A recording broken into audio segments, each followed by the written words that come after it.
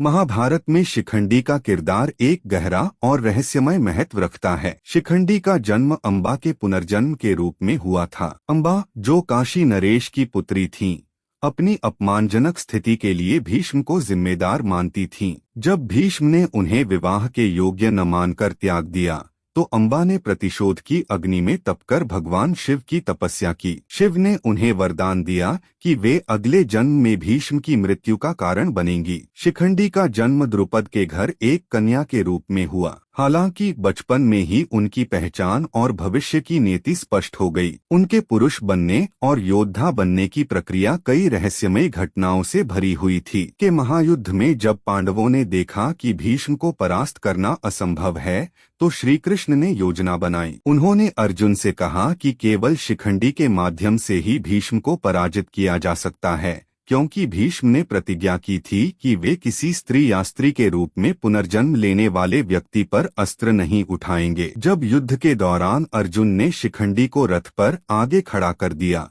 तो भीष्म ने अपने हथियार त्याग दिए। इस अवसर का लाभ उठाकर अर्जुन ने भीष्म पर तीरों की वर्षा कर दी, जिससे वे गंभीर रूप से घायल हो गए और युद्धभूमि पर गिर पड़े। का किरदार केवल प्रतिशोध और युद्ध तक सीमित नहीं है। यह कहानी यह भी सिखाती है कि नियति अपने तरीके से न्याय करती है। भीष्म जैसे महान योद्धा को पराजित करने के लिए नियति ने शिखंडी को माध्यम बनाया। शिखंडी का संघर्ष, उनकी पहचान और उनकी भूमिका भारतीय महाकाव्य में उन कहानियों को उजागर करती है जो समाज के स्थापित मानकों को चुनौती देती हैं। यह कहानी हमें सिखाती है कि हर व्यक्ति का जीवन अपने उद्देश्य और न्याय की दिशा में अग्रसर होता है। केवल एक योद्धा नहीं थे, बल्कि महाभारत के युद्ध के केंद्र में छिपे गूढ़ रहस्यों के प्रतीक भी थे। उनकी कहानी हमें यह सिखाती है कि हर घटना के पीछे एक गहरा कारण और उद्देश्य होता है। यह कथा महाभारत को और अधिक गहन और प्रेरणादायक बनाती है।